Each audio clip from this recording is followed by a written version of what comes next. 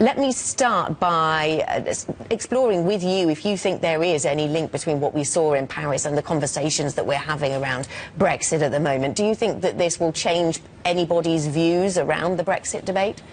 I think people want to think long and hard about it, but searching questions are going to have to be asked about the borders policy of migrants into the EU if it turns out to be true that one of the terrorists was indeed a recent migrant who came from Syria through Greece into the EU.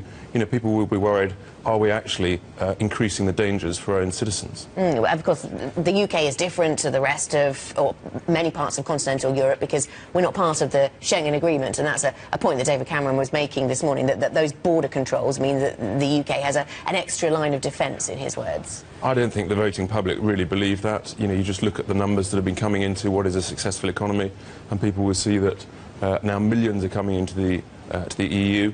And then they're going to want to go to where they can find jobs, and the UK is clearly one of those places. Do you think the level to which the UK gets involved in Syria from here, David Cameron was talking this morning about building a case for expanding activity in Syria, will that have a bearing on the Brexit debate at all? Because whether we're in or out of the EU, we are still in NATO. For sure, and let's remember, it's not the EU that provides our safety, it's NATO, it's our armed forces, and it's the police.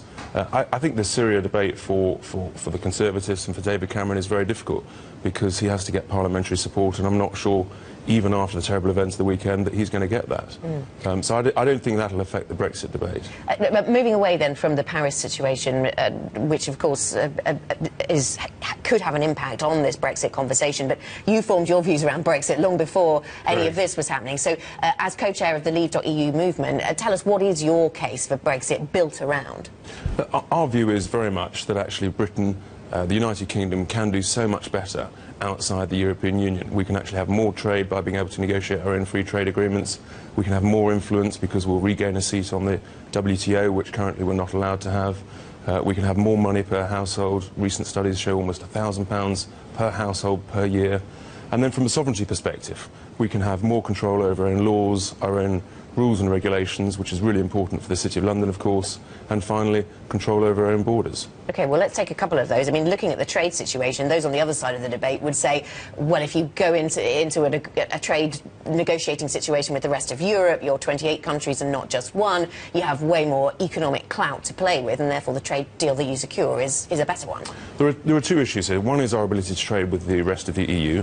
They export over £100 billion a year to the UK than we do to them. So that they're not going to cut their nose off to spite the face. That will continue, you know, with no differences. But the reality is, it's ridiculous, for example, that countries like India, the EU have been trying to negotiate a free trade agreement for over 7 years. You know, it's one of our Commonwealth countries.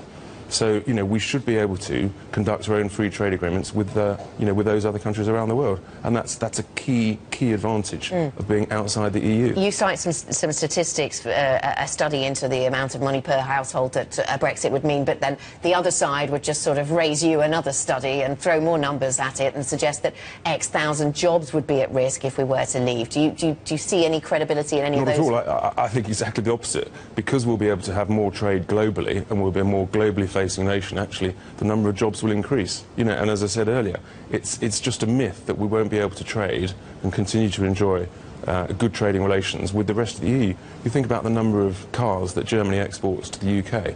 You know, it's so significant. That's not going to change. Are you not worried then that we'd see an instant putting up of the common external tariff, and suddenly the UK economy would find it very expensive to export to the rest of Europe? Not at all. We'll have 2 years to negotiate a friendly agreement. There's a legal obligation on the European Union to do that, and I'm absolutely convinced that that's what will happen. You know, at the end of the day, they export much more to us than we do to them. Let me start